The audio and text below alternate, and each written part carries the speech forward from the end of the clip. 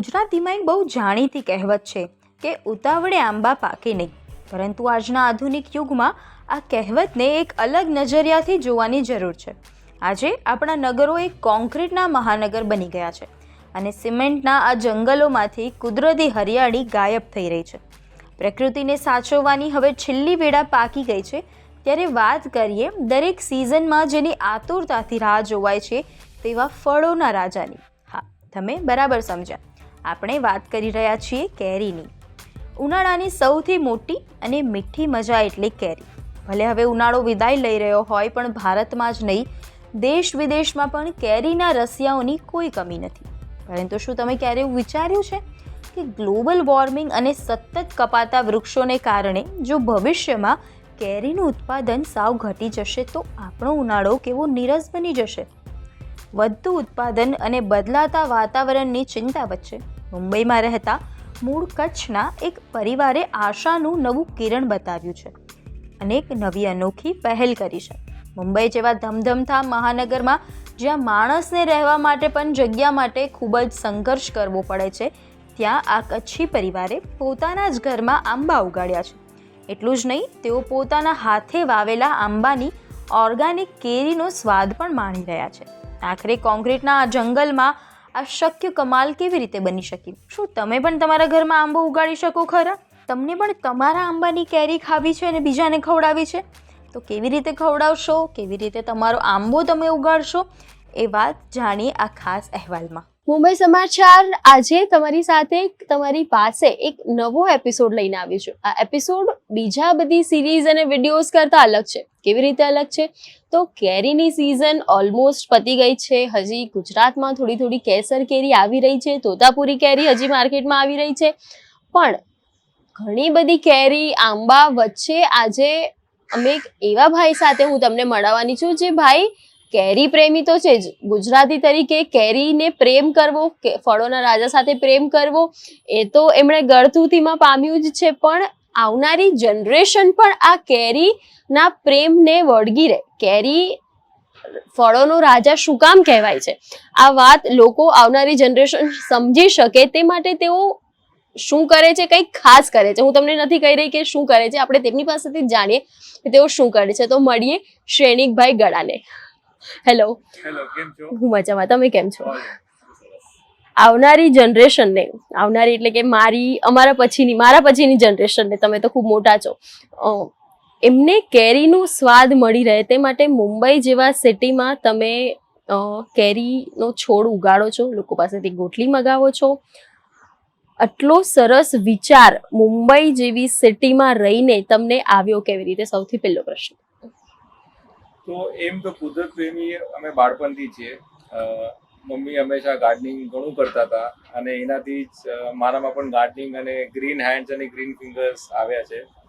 અને એક જેમ તમે કીધું કે કેરી આપણી એકદમ પ્રિય જ ફળ છે, એ રીતે અમારી પણ પ્રિય ફળ છે. અને એવી રીતે વિચારતા હતા કે મુંબઈમાં આપણે ગ્રીનરી કેવી રીતે રહે, વધારે ગ્રીન રહે મુંબઈ, અને આપણે કેવી રીતે કેરી અને ગ્રીનરી અને નાના બાળકોને આમાં સાથે જોડાવીએ તાકી વધારે ગ્રીન રહે અને વધારે આપણું મુંબઈ ગ્રીન થાય. આ જે તમે કરી રહ્યા છો એક અને કેવું કામ કહી શકાય, પુણ્યનું કામ કહેવાય, રસ ભરેલા પુણ્યનું કામ કહી શકાય. આજે એકદમ ઇન્ટરેસ્ટ વાળું. હા ને, ઇન્ટરેસ્ટ વાળું જે ગાર્ડનિંગનું તમે કામ કરો છો એનો વિચાર તમે કેટલા વર્ષથી કરો છો? અમે આમ પ્રોજેક્ટ મેં શરૂ કરી ઓલમોસ્ટ 2017-2018માં. આમ પ્રોજેક્ટનો ફોકસ એ જ હતો કે આપણે જેટલી પણ કેરી છે એની ગોટી આપણે જમા કરીએ.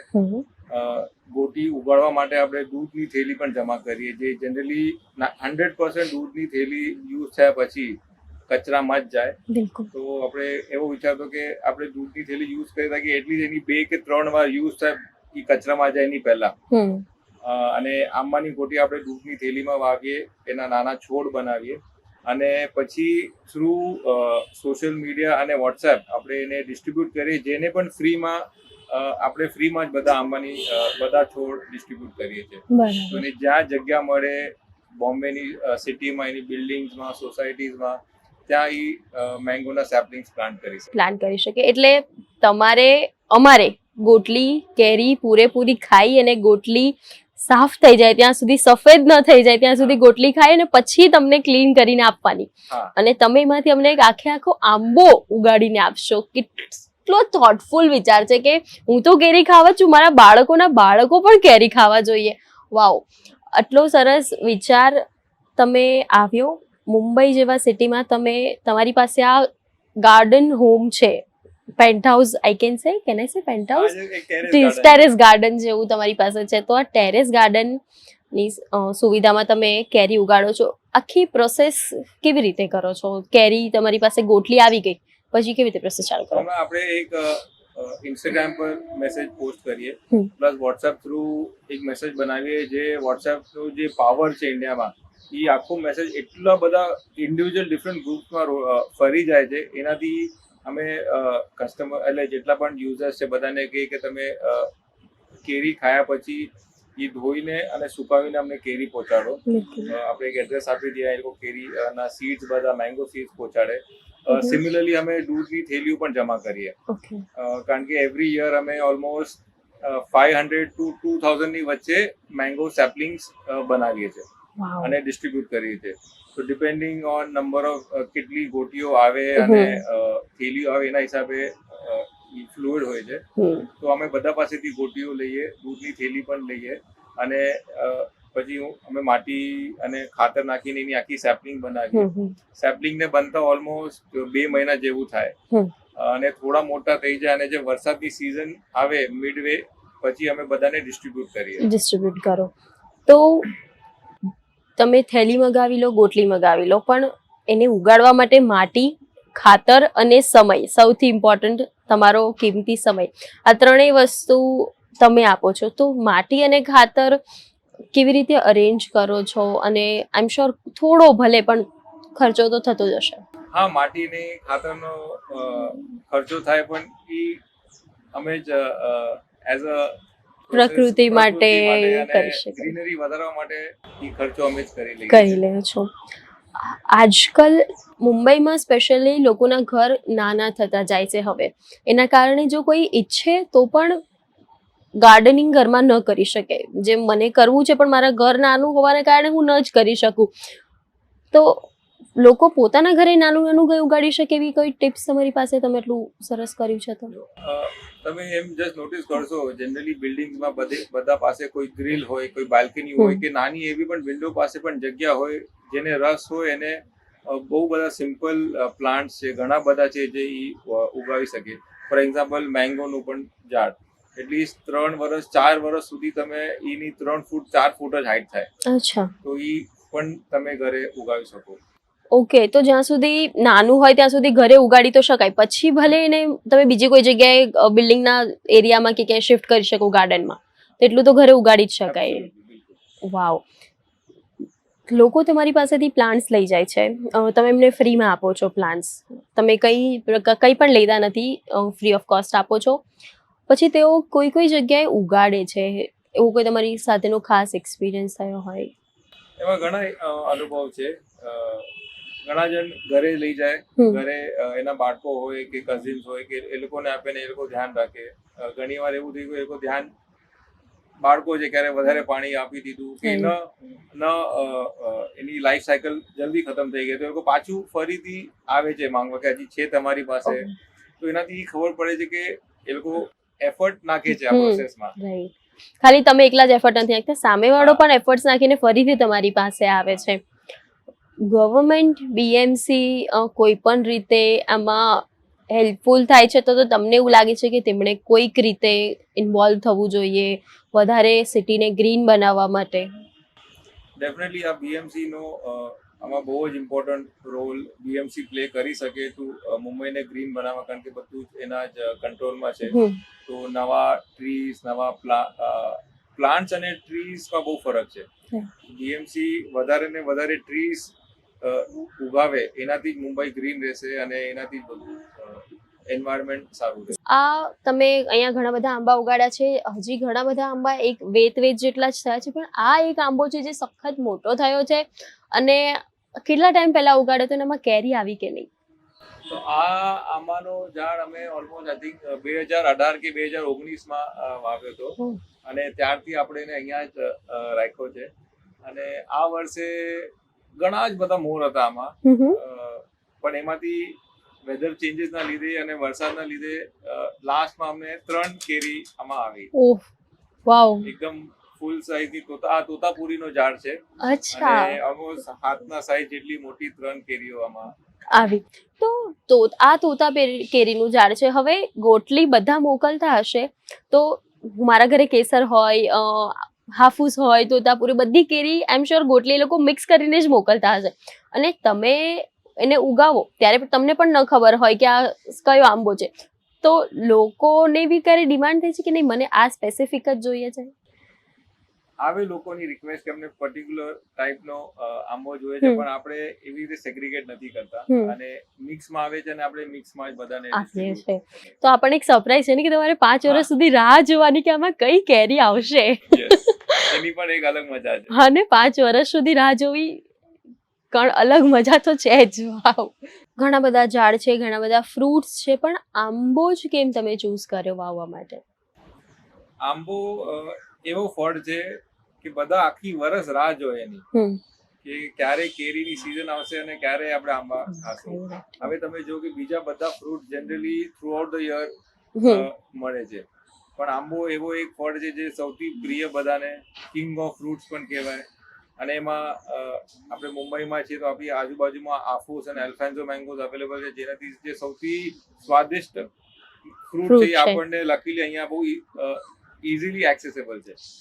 તો અમે એવી રીતે વિચાર્યું કે આપણે આંબાથી કરીએ. એક તો આંબાના ઝાડ ઉગાવવું ઇઝ ઘણું ઇઝી, રિલેટિવલી મીડિયમ એફર્ટમાં આપણે એનો એક સરસ સેપલિંગ બનાવી શકીએ. અને સેકન્ડ, આપણે કોઈને કહીએ કે આપણે સેપલિંગ્સ ડિસ્ટ્રીબ્યુટ કરીએ છીએ અને તમે કોઈ ઝાડ લગાવો, એમાં હું તમને કહું કે તમને નીમનો ઝાડ આપું છું કે નીમનો છોડ આપું છું અને તમને કહું આંબાનો આપું છું, તો આંબાનો સાંભળીને તમારા ફેસ ઉપર એક સ્માઇલ આવી જાય કે નહીં ચલો આંબાનો ઝાડ પર લગાડીએ, આંબો આવશે.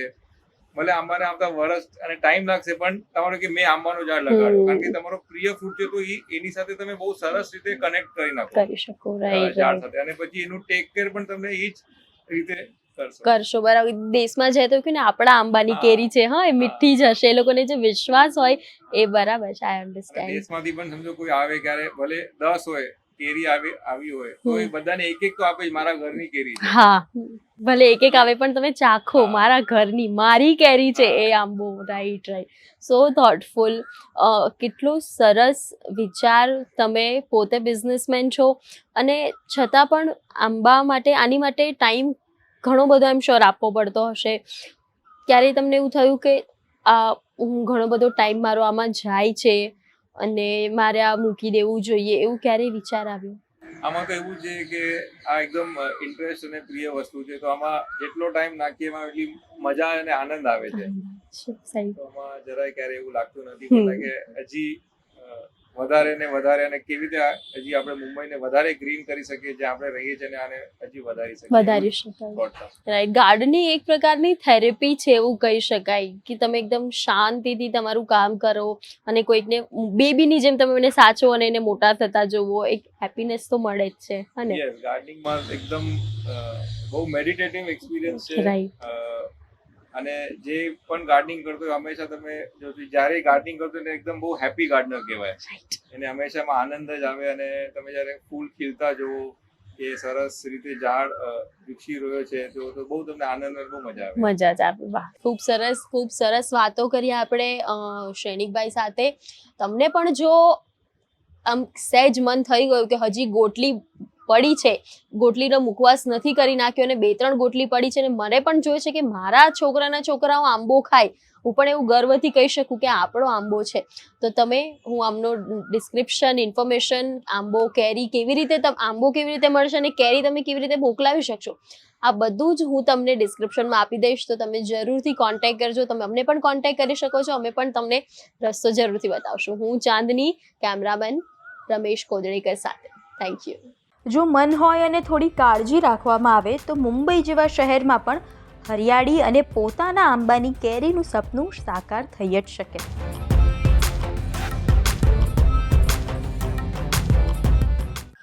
તો આ આટલી બધી ગોટલીઓ છે એટલે લોકો તમને આવી રીતે થેલીમાં ભરીને મિક્સ કરીને આપતા હશે, તો આઈ એમ શ્યોર કે આમાંથી તો ખબર નહીં જ પડતી હોય કે કયો આંબો છે. કરેક્ટ, આમાંથી ખબર ન પડે અને આપણે વાવી નાખીએ અને સામેવાળાના નસીબ પર છે એના કયો આંબો મળે છે અને મળે છે. મને લાગે છે હું અહીંયા આવી છું અને આપણે આટલી બધી આંબાની વાત કરી. મને તો બહુ કેરી પ્રિય નથી જ, હું અપવાદ સ્વરૂપ છું આ બાબતે, પણ એક આંબો તો વાવીએ તો જરાક ને.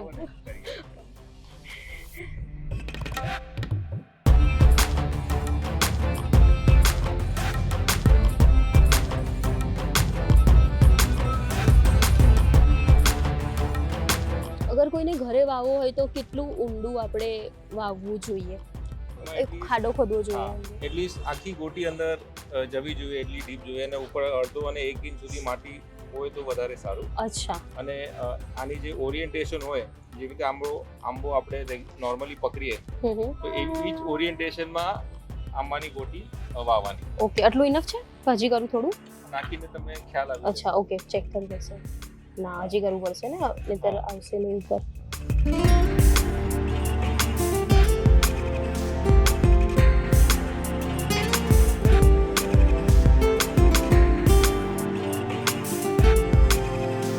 સેટિસ્ફેક્શન ફીલ થાય છે મને. હું આંબો લેવા ક્યારે આવું? આંબો એઝ ઇન કે છોડ લેવા ક્યારે આવું? એકાદ વરસાદ પતે એટલે સહેજ 2-3 મહિનામાં એને 4 થી 6 અઠવાડિયા લાગે છોડ બનતા, અને પછી વરસાદ આવે ત્યારે તમે સૌથી સારો સમય છે જમીનમાં વાવવા માટે, કે કારણ કે કુદરત ઓટોમેટિકલી એને પાણી આપતો હોય તો સરસ રીતે ગ્રો થઈ જાય. એટલે ચોમાસામાં તમારે કોઈ પ્લાન્ટ શિફ્ટ કરવો હોય તો ચોમાસું બેસ્ટ ટાઈમ છે. ચોમાસું સૌથી બેસ્ટ ટાઈમ છે, ત્યારે ફટાફટ ઉગી જાય. બરાબર છે. Okay, that's it.